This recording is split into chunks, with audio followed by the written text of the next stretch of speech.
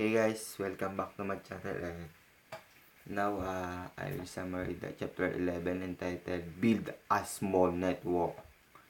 This chapter 11 have a section 11.0 entitled Introduction, section 11.1 entitled Network Design, section 11.2 Network Security, section 11.3 Basic Network Performance, section 11.4 Network Troubleshooting. The last section is 11.5, the summary.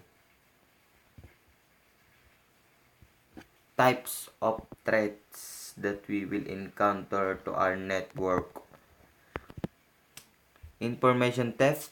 This is a breaking into computer to obtain confidential information. Information can be used or sold for various purposes. Example, stealing an organization's proprietary information such as the research and development information.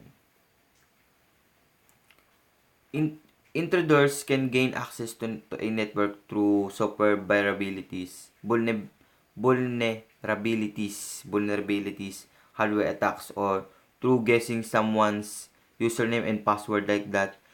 Intruders who gain access by modifying software and exploiting software vulnerabilities are often called the hackers. After the hacker gains access to the network, four types of threats may arise, as shown in the figure. You can see in the figure the information theft, data loss and manipulation, identity theft, and the disruption of service.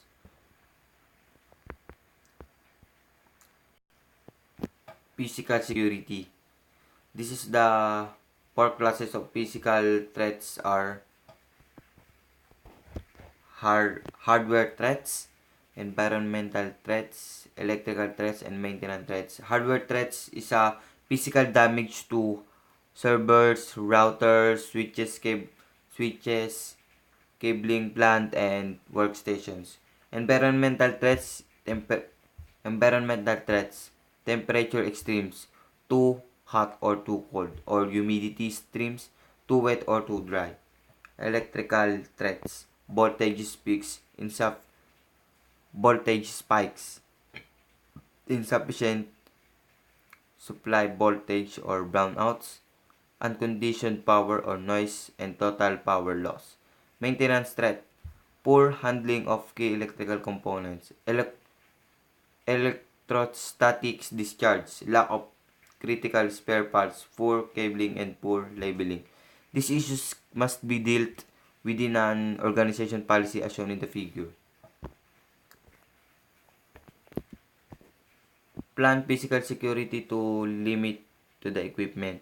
Lock up equipment and prevent unauthorized access from the doors, ceiling, raised floor, windows, ducts, and vents. Monitor and control closet entry with electronic logs. Use security cameras.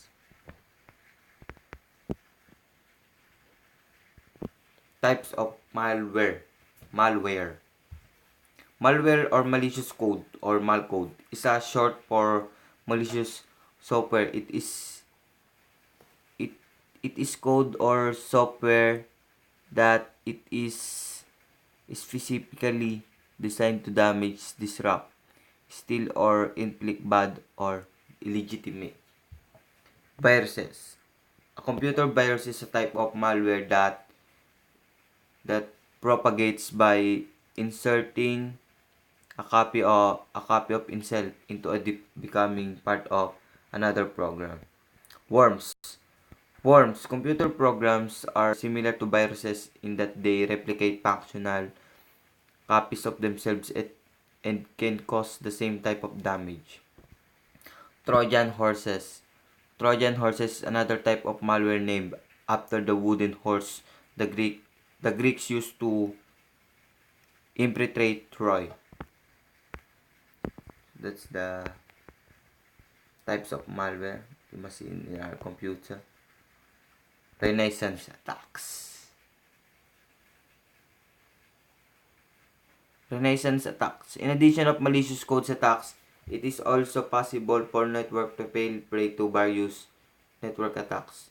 Network attacks can be classified into three major categories. Renaissance attack, the discovery and mapping of system services or vulnerabilities. Access attacks, the unauthorized manipulation of data, system access, or user privileges. Denial of service, the disabling or corruption or network system or services.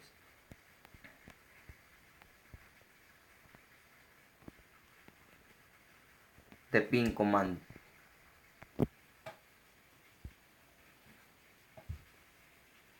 Using the ping command is an effective way to test connectivity. The ping command uses the Internet Control Protocol or ICMP and verifies layer 3 connectivity. The ping command will not always pinpoint iOS ping indicators. This is the common indicate. These are the common indicators. Indicates receipt of an ICMP echo reply messages shown in figure 1.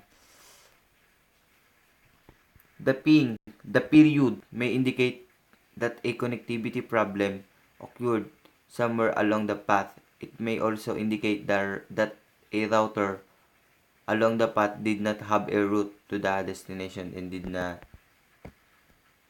send into ICMP destination.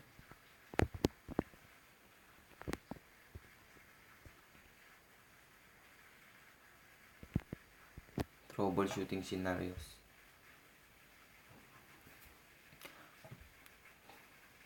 IP address related problems will likely keep remote network devices from communicating because IP addresses are hierarchical. Any IP address assigned to a network device must conform to the network's range of addresses. Wrongly assigned IP addresses create a variety of issues, including IP address conflicts or routing problems.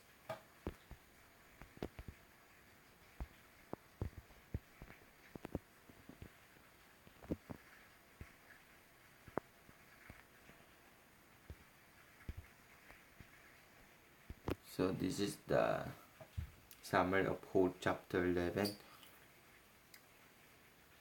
Supporting and growing a small network requires being familiar with the protocols and network applications. Running over the network protocol analyzers enable to network professional to quickly compile statistical information about traffic flows on a network. Information gathered by the protocol analyzer is evaluated based on the source and destination of the traffic as well as the type of traffic being sent. The analysis can be used by a network technician to make decisions on how to manage the traffic more efficiently. Common network protocols include DNS, Telnet, SMTP, POP, DHCP, HTTP, and the FTP. It is unnecessarily to consider security threats and vulnerabilities. When planning a network implementation, all network devices must be secured. We must create our own username, own password that tayo lang makakalam nun. This includes routers, switches, and user devices and security device. Network needs to be protected from malicious software like viruses, worm, and Trojan horse. Trojan horse and worms.